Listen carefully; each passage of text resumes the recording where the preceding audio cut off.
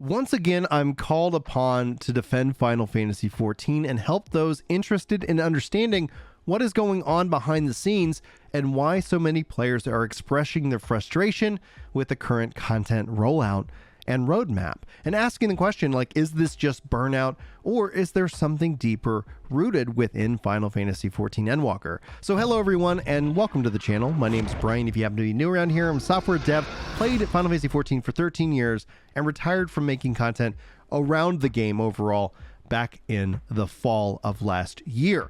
I still cover MMORPGs and video gaming overall, so being that this is a game and an MMO, that's why we're talking about it here today, because I've seen no shortage of frustration and anger voiced, and I've been building this video up for a while. Now, before we dive into that, I want to say welcome into Zach. He says, new here and absolutely love your intro and continue to talk about family and mental stability. Earn yourself a new sub here, bud. Keep it going. I want to say, guys, if there's anything that I say that stresses you out, don't feel bad about leaving. Like, I don't want you to be here if you don't want to be here, but I think your mental health is way more important than anything that I'm going to say or anything I'm going to do. The internet, content creators, like, I have massive concerns about this and how it impacts people. I know there's already people who haven't actually watched the video. They're already angry, and there's nothing I can ultimately do about that. But otherwise, I can just encourage you guys to be the best. If you need help, if you need to reach out to somebody, my DMs are always open. You can hit me up on Discord or reach out to a friend. This life is hard. Being a man is hard. It's okay to admit that to oneself. But at the same time, I want to encourage you to be the best human being and man that you can be, or woman. I'm not going to discount the ladies. I just know the statistical average of 97% of you, 98% of you guys here are dudes. So hello to the 2 to 4% of you guys who aren't. So welcome in. But let's dive into this, because this is a subject I'm going to bring in my dev's perspective as a software engineer for you to really help break this down and demystify what really is going on behind the scenes. I did tease this out, and I've seen people I never thought that I would see upset and frustrated at Final Fantasy XIV, and so I kind of responded to this. I saw Zane tweet out that he's like so bored with this expansion, and I kind of teased, like, I've been working on this video for a while. I posted that, and I got a couple of comments, so let's jump into those first. Selv says, the expansions are massively flawed. Please break it down to the sycophants. And then Phantom Vox says, I'd like to hear your opinion on this, Brian. I'm one of the people that criticized you when you quit the game, and months later I stopped playing as well. It's been months since I stopped playing, and I don't know why I don't want to play it. Okay. There is, unfortunately, a lot of comments we need to go through. In fact, if my editor's awesome, be sure to sound off, say thanks, Jack, in the comments if he tossed up all of these additional tweets, and, you know, just for you guys while I'm talking right now. That's the hope. I'm kind of giving notes and at the same time kind of teasing what we're about to talk about. But I do want to focus in on Phantom and Sylve's thoughts. I want to answer the question of this video, so that way if you aren't interested in hanging out for a long discussion, then you at least know what's happening. So one of the things, and it's really a strength, like, this is why this is a defense of Final Fantasy XIV. Yoshi-p works years in advance. When the pandemic struck, everybody was like, how is Final Fantasy XIV still releasing content? And the reason is the plan was already in place and being executed upon. All they had to figure out was remote work. They didn't have to figure out, how do we get together and what do we plan? So what was also going on during that? We were getting Shadowbringers content, but they were planning and budgeting for Endwalker. So Endwalker as a whole, a couple of things, it finished the story. The big reason why I just said, you know what, I'm not feeling this. And as I promised, as I've always committed to each and every one of you guys, is that if I'm not having fun, I'm going to be honest with you. I'm going to tell you the truth. I didn't say Final Fantasy XIV sucks. Some people think I did. I say that I finished the game.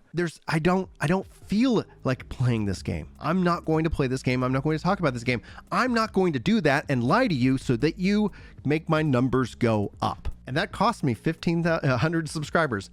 As a good thing, I celebrate that. If you guys have no interest in what I have to share, that's the right answer. Like, that's the healthy answer. I want everybody here to have the best life possible. So I've even teased this for years coming, because I was like, guys, like, in terms of it, what happens when the story ends? Like, they ended the story. Big aspect of what a lot of people enjoy, big aspect of what a lot of people consume. And so then you have this just massive stress, frustration where content creators aren't making it where they once were because the demand isn't there. And so you have a couple of competing things. But what happened before Endwalker launched? Well, the game got insanely popular. Insanely popular. Huge numbers. Yoshi-p, SquareEnix, comes out and says, we are going to commit to sparing no expense. So the hope that you should be able to take away from this video is 7.0 and 8.0 is that they are investing in this game. And if they aren't, well, then I'm wrong. And that's going to be that's a bad day for everybody if I'm wrong. But in terms of planning, cost, budgeting, and everything, they had to do all of that while we're all enjoying Shadowbringers. And a lot of people don't realize that. Like, the strength of yoshi-p in terms of management is that he puts a plan in place. They do this years in advance, and then they move forward.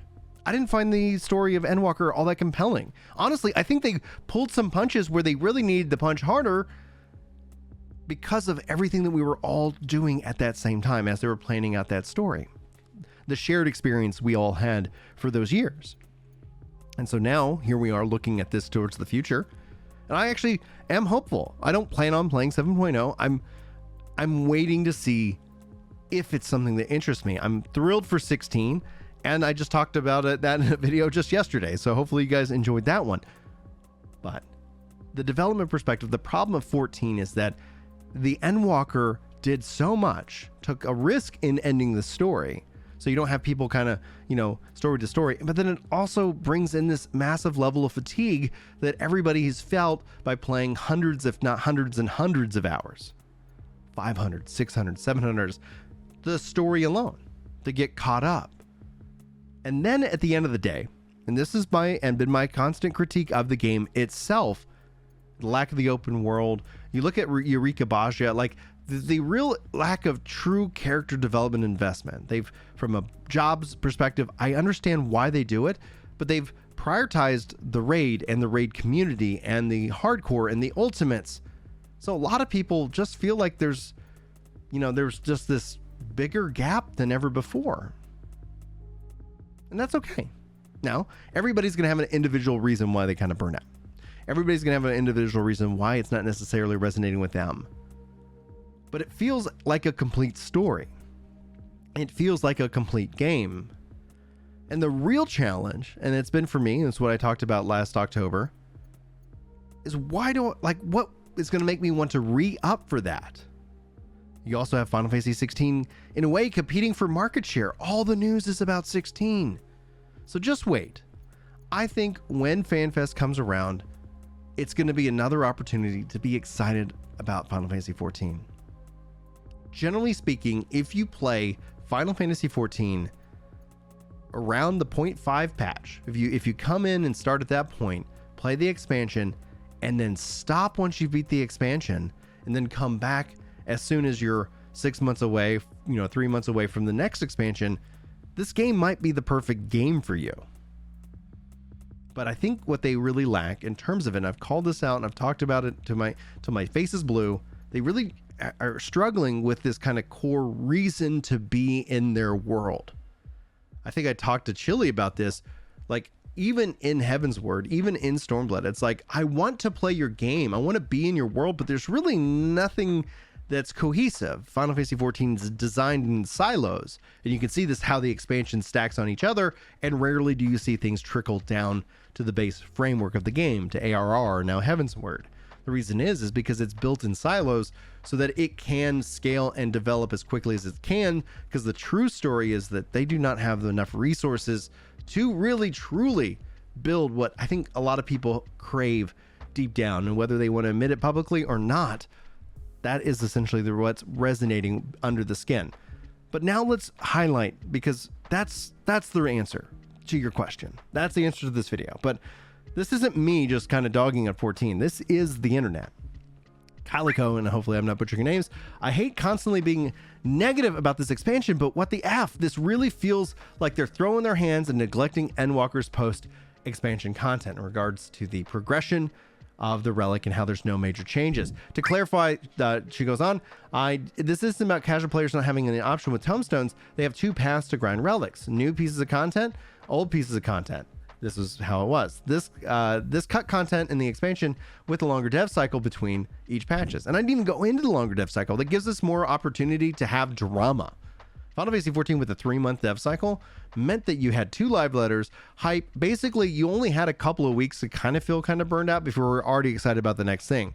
Moving to the 4 months, and it's not just 4 months, it's like 4.5 months plus that you're seeing that. And just wait, like, people don't realize the expansion is not coming until like, May or June next year. They still have a long way to wait. They still have the raid series that just dropped is going to be kind of a long gap. Fusionx, who has been covering MMOs and Final Fantasy for 17 years, playing with the alpha with him. We were there right at the start. Says, I've been covering MMOs for 17 years. I've never been so bored with this as I've been during the 6.x expansion. Maybe it's burnout, or maybe it's a Square Enix deciding that they don't need long-term casual battle content goals in a subscription MMO that they've just been making solo friendly. I 100% agree. I love SE and Yoshida-san and is a wonderful person, but they're just not doing it this expansion. 6.0 wasn't great for me personally. They put trials into MSQ, which takes away from the cool side story arcs. The variant dungeons lose relevancy quickly, incredibly fast. Can't read because I suck. Matza Star saws, maybe just you should take a break. They're having a conversation here, replying to Fusion. They need to try new things in this expansion, which they did do. But I don't agree that it's because that they're trying new things that it meant they're cutting their terms of battle content.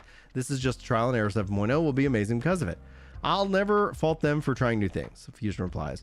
But those are new things that aren't always going to be hits. 6.x for me just doesn't offer the longevity and previous patch cycles in this fact. Feels very condescending, especially when looking at trials and relics compared to previous years. Additional pushback from Javier says, genuine question. You claim to have covered Final Fantasy MMOs for 17 years, which means that you've played 14 for at least 10 years or close. How is the content drought cycle different from the previous content drought cycles the game has always had? Fusion says, I played 14 since the first Alpha 1.0. One part of the drought just compounds more each year. Another year, the same feeling. And on top of that, they tried something new, replacing Eureka Boja with variant, and it doesn't offer a long-term grind for people that want it. There's no, like, in a way, Paragon, no personal builds. There's, like, everything being siloed means that there's, like, you don't have a lot of real flex. You don't have, like, something I'm doing over here is actually benefiting me over there when I'm ready to do it. It's something that actually comes and is actually a part of MMOs if you really start to break them down and analyze them, how doing one thing can lead to other things, and also kind of more asynchronous multiplayer. There isn't a player-driven economy. There is an economy, and maybe I would give you a point for crafters of the culinarian variety, or maybe the alchemists, because there's going to be that demand, but that demand isn't consistent. It only comes once every 8 months, and that just seems a little bit strange to me. Now, how, like, to answer the question, how is this different? I think it's the fact that the story is complete and you don't really necessarily have the full investment of what's coming next. And in fact, having played hundreds and hundreds and hundreds and hundreds of hours, thousands in my case, thousands and thousands and thousands of hours, you're asked, like, do I really want to do that again? And also for subscription, when Final Fantasy 16 will be out, and I could put couple hundred hours into that for the low price of one-time payment, that's going to be the real thing. That's going to be the real kicker. There's also a lot of other games that are competing that also aren't now 15 plus years, like coming up on 15 years old. Longer than that if you count the development of 14. So let's go on. Everett says, damn, I already quit because of this months ago. Kind of replying the fact that, like, why can't we play these games on GeForce Now? Like, what is it up with Square Enix keeping that at bay? Finally, Fusionx following it up weeks later. I wanted to get kind of his view on the post 6.4 content. 6.x MSQ continues to be meh fanfest for me. I thought this patch would give us a future look to look forward to, but instead it's dragging things out even more. Don't even get me started on that handshake scene. And he's having a little mean, come on, do something, poking at nothing. I don't think Final Fantasy XIV's in trouble. However, I do think that when it comes to the core game, as it becomes more and more solo, as it becomes less and less needing other people, I question the concept of the subscription for the previous expansions. At a minimum, if they won that, like, I think that there needs to be a real discussion about the fundamental business model of Final Fantasy XIV. The reason is because I think things have changed, and I think a lot of people are feeling that. I think real competition's out there. Things like Game Pass, PlayStation Plus, like offering a wide selection of games without this constant need to fund them. I'm all for Final Fantasy XIV making money. I'm all for Square Enix making money, but I just want to see that as a thought, kind of getting your opinion at this point. What should Square Enix do in terms of the financing?